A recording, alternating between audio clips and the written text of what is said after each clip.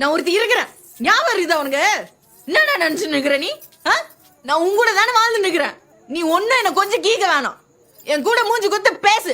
தினத்துக்கு வர்றது தூங்குறது பாக்ஸிங் போறது, வர்றது தூங்குறது பாக்ஸிங் போறது, இதே தானே 2 மாசமா பண்ணி நிக்கிற.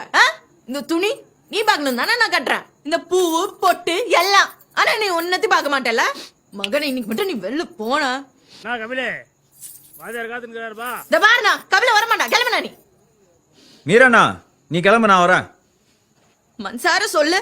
பாக்ஸிங் தான் ஒண்ணுனா என்னத்துக்கிட்ட கல்யாணம் பண்ணிக்கின நீ? நானும் என் மாமன் கூட வாய போறேன்னு ஆசை ஆசையா.